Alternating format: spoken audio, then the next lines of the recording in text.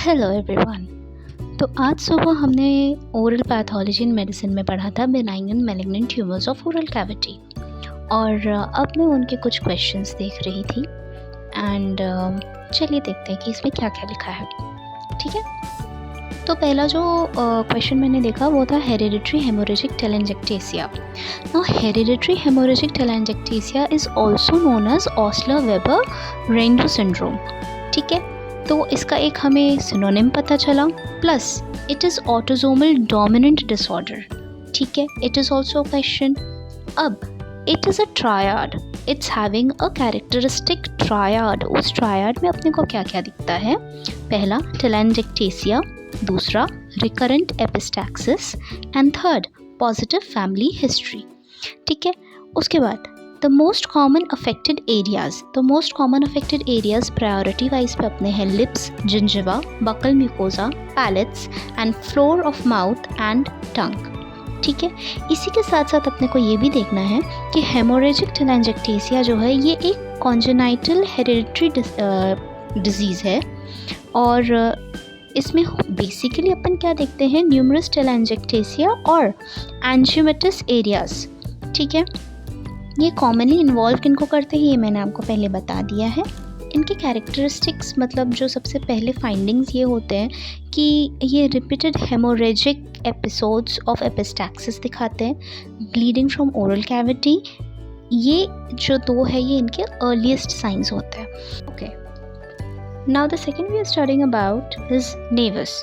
So we know कि naevus is of 3 types mainly, and what I'm about to say you in this is that which of the nevus is having the highest risk of cancer malignancy.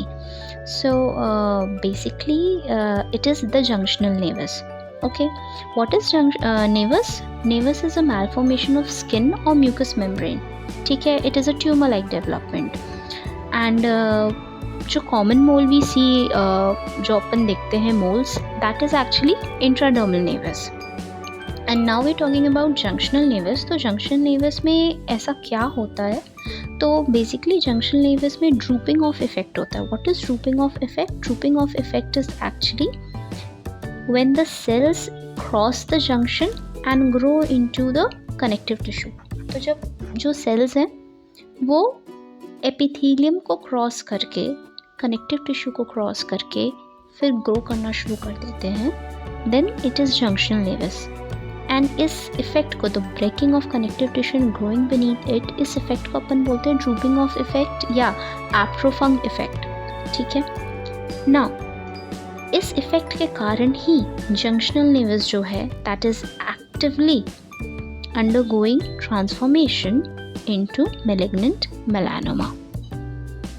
Okay, now coming up to some important terms. ठीक है, जैसे कि leiomyoma, एंजियोमायोमा।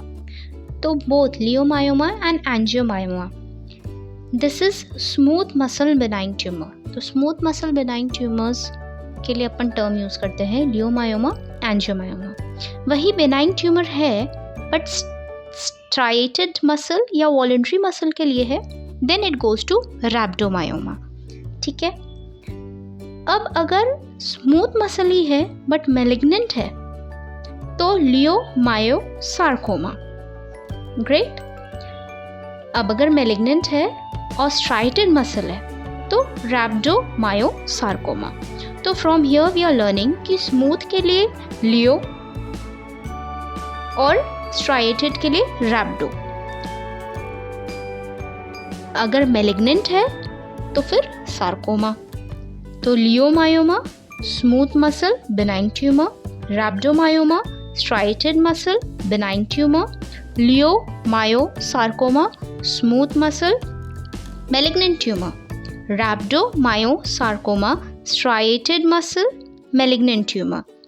एक इसमें एक term और अपने को याद रखना है कि लियोमायोमा के साथ साथ अपने को angiomyoma, both are for benign tumor of smooth muscles।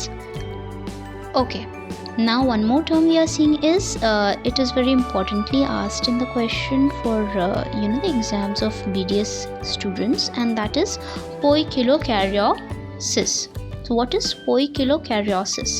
Now poikilokaryosis is also known as the division of nuclei without division of cytoplasm. So it is a single term for division of nuclei without division of cytoplasm.